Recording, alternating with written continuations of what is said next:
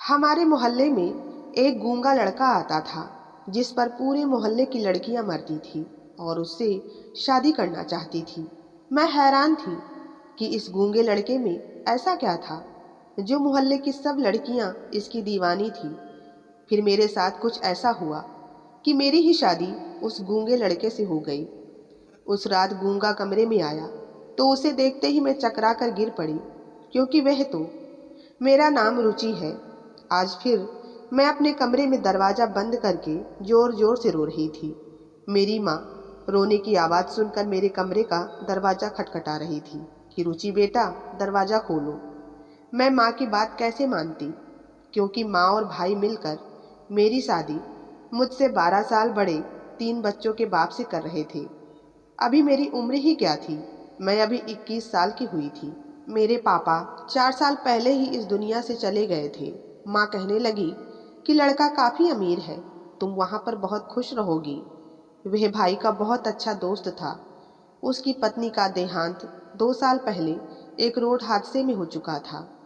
वह अपने छोटे बच्चों के लिए शादी करना चाहता था, लेकिन मैं उसके साथ शादी नहीं करना चाहती थी, क्योंकि मैं अपने कॉलेज के एक लड़के सुमित से बहुत प्यार करती थी और उसी से शादी करना चाहती थी।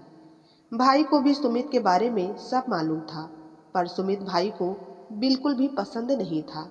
आज फिर से भाई ने अपने दोस्त से शादी की बात चलाई तो मैंने दरवाज़ा बंद करके खुद को मारने की कोशिश की।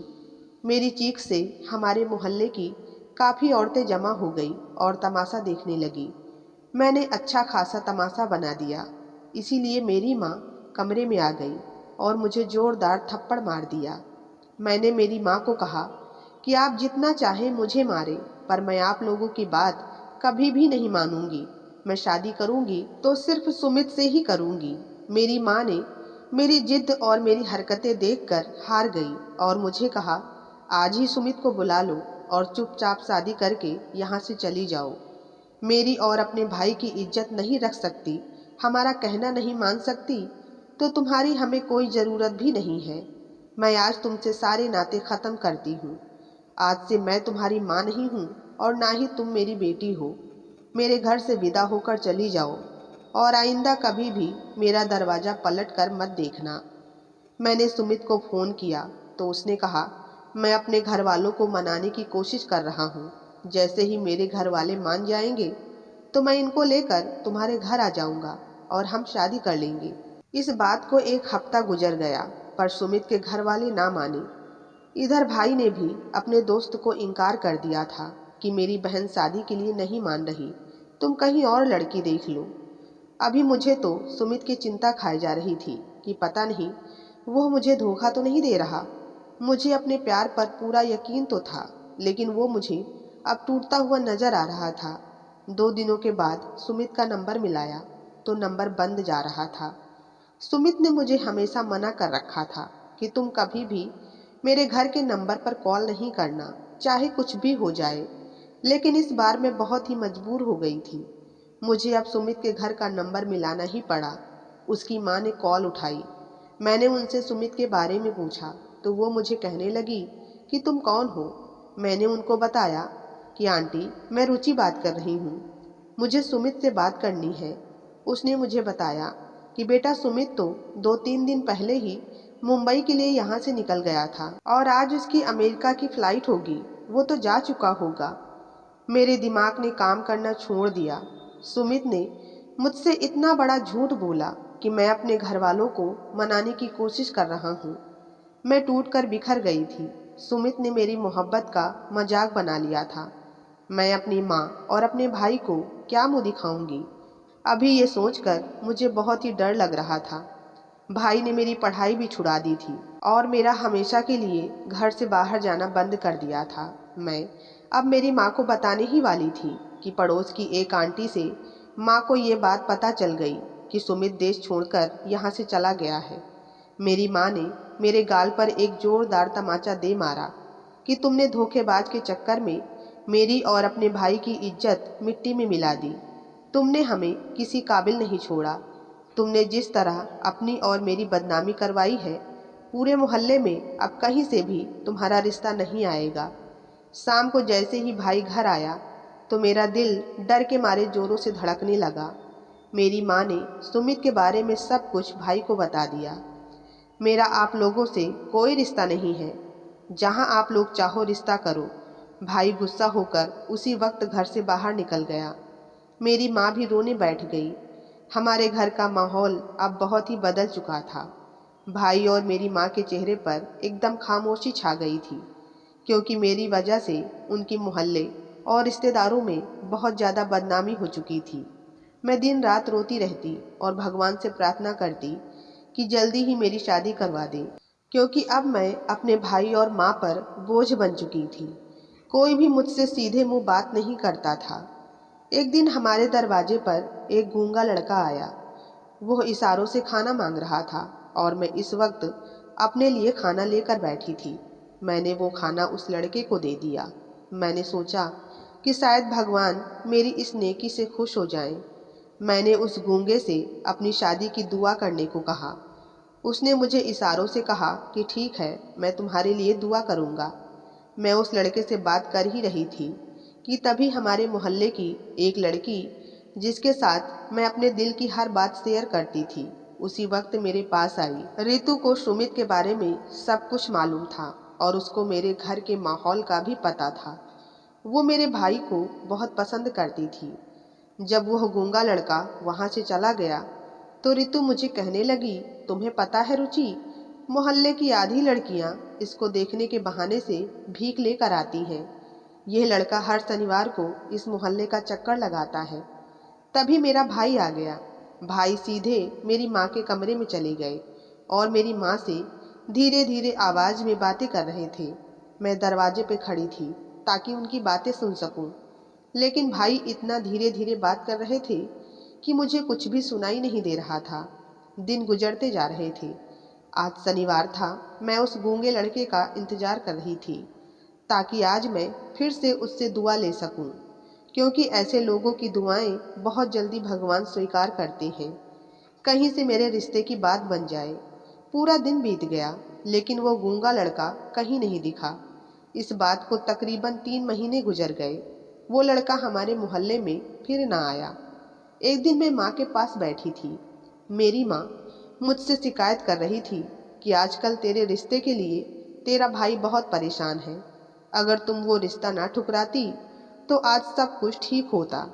अभी मेरी माँ की बातें चल ही रही थी कि तभी भाई मेरी माँ के पास कुछ सामान लेकर आया, जिसमें एक लाल जोड़ा और कुछ मिठाई के डब्बे थे। भाई ये सामान आखिर क्यों लाया है?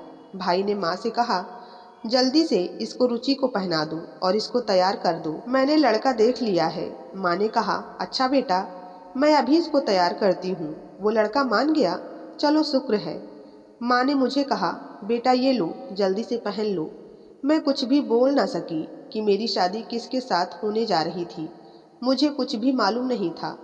सब कुछ पूछने का हक मैं पहले ही खो चुकी थी।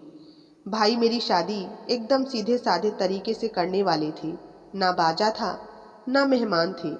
मेरी माँ और भाई दोनों बहुत ही खुश थे। इसलिए मुझे लगा शायद इस बार पहले से भी ज़्यादा अच्छा रिश्ता भाई मेरे लिए लेकर आए होंगे।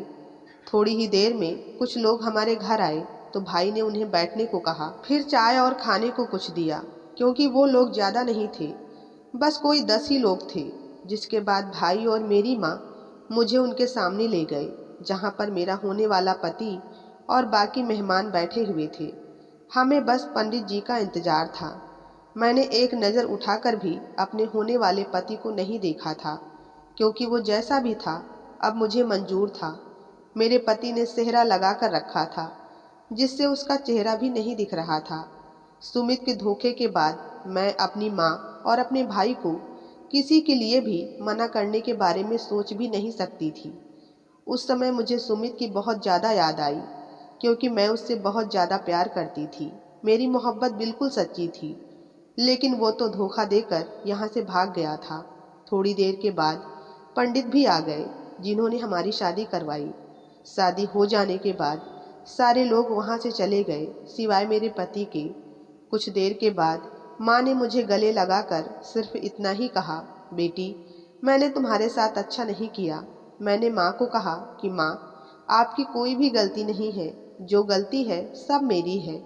मैं अपनी ही गलती की सज़ा भुगत रही हूँ। मैंने अपने भाई को भी कहा कि भाई, मेरे दिल में आपके लिए कोई भी गिला नहीं है, मुझे माफ़ कर दीजिएगा। मेरी वजह से आप लोगों ने बहुत बदनामी उठाई है, मुझे इस बात का बहुत ज़्यादा दुख है। इसके बाद कुछ ही देर में भाई ने मुझे और मेरे पति को विदा कर दिया और गाड़ी चलने लगी। मुझे नहीं मालूम था कि यह गाड़ी कहाँ जा रही है। चलते चलते वो गाड़ी एक सुनसान जगह पर जाकर खड़ी हो गई। मैं सोच रही थी कि गाड़ी यहाँ पर क्यों रुकी है और हम लोग यहाँ पर क्यों आए हैं। तभी मेरा पति गाड़ी से उतरा और कुछ बोले बगैर गाड़ी का दरवाज़ा खोल दिया। मैं गाड़ी से उतरी तो वो मुझे एक झोपड़ी में ले गया, जहाँ पर एक छोटा सा घर था। ये देखकर तो मेरे पैरों तले से ज़मीन निकल गई। मेरे भाई और मेरी माँ ने मुझे झोपड़ी में रहने वाले व्यक्ति से शादी की है। क्या वो लोग मुझसे इतना तंग आ गए थे? मैं अपनी किस्मत पर रो रही थी। इस झोपड़ी में इतना ज़्यादा अंधेरा था कि मुझे वहाँ पर कुछ भी दिखाई नहीं दे रहा था। ये देखकर मेरा पति एक मोमबत्ती और माचिस ले आया और जैसे ही मोमबत्ती जलाई, कमरे में हल्की सी रोशनी हो गई। फिर मेरे पति ने अपना सेहरा निकालकर जैसे ही बाहर रखा, मेरे तो होश उड़ गए, क्योंकि वह तो वही गूंगा लड़का था जो अक्सर हमारे मोहल्ले में आता रहता था। वही लड़का जिस पर हमारे मोहल्ले की सारी लड़कियां मरती थी। मैंने उसको देखकर सवाल किया, क्या तुम मेरे पति हो? तो उसने इशारे से कहा कि हाँ, मैं तुम्हारा पति हूँ। उसने मुझे एक कागज़ पर लिख कर बताया, जिस दिन आपके दरवाजे पर मैं रुका था, उसी दिन तुम्हारे भाई ने हम दोनों को देख लिया था। तुम्हारे भाई ने मुझे तुम्हारा आशिक समझ लिया। उसने तुम्हें तो कुछ ना बोला, पर मुझे बहुत ज़्यादा मारा और कहने लगा कि तुम्हारी हिम्मत कैसे हुई हमारे दरवाजे तक आने की। मैंने उनको लाख समझाने की कोशिश की कि मैं तुम्हारा आशिक नहीं हूँ, लेकिन उनको यकीन ना आया। वो यही समझा कि भेष बदल कर मैं तुमसे ही बात करने आया हूँ। आपका भाई कहने लगा, अगर तुमने मेरी बहन से शादी ना की तो मैं तुम्हें और अपनी बहन दोनों को ही मार दूंगा। मैंने सिर्फ हम दोनों की जान बचाने के लिए ये शादी की है। मैंने अपने पति का शुक्रिया अदा किया और इसके बाद उस लड़के को ही मैंने अपना सब कुछ समझ लिया था। उसके घर को मैंने बहुत अच्छे तरीके से संभाल लिया। अब जो कुछ भी था मेरे लिए ठीक था, क्योंकि अब यही मेरी नियति थी। मैंने अब सोच लिया था कि मैं ज़िंदगी में कभी भी अपने भाई और अपनी माँ के पास वापस लौट कर नहीं जाऊंगी। कुछ दिनों के बाद मेरी माँ और मेरे भाई मुझसे मिलने के लिए मेरे घर आए थे। मुझे झोपड़ी में देखकर मेरी माँ और भाई दोनों की आंखें भर आई थी। मेरे घर में कोई भी सहूलियत नहीं थी, बस छोटा सा एक कमरा था जो बहुत ही पुराना था। मेरी माँ और भाई को एहसास हुआ कि उनसे बहुत बड़ी गलती हो गई है।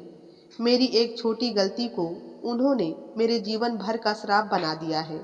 मेरी माँ ने मुझे वापस चलने को कहा।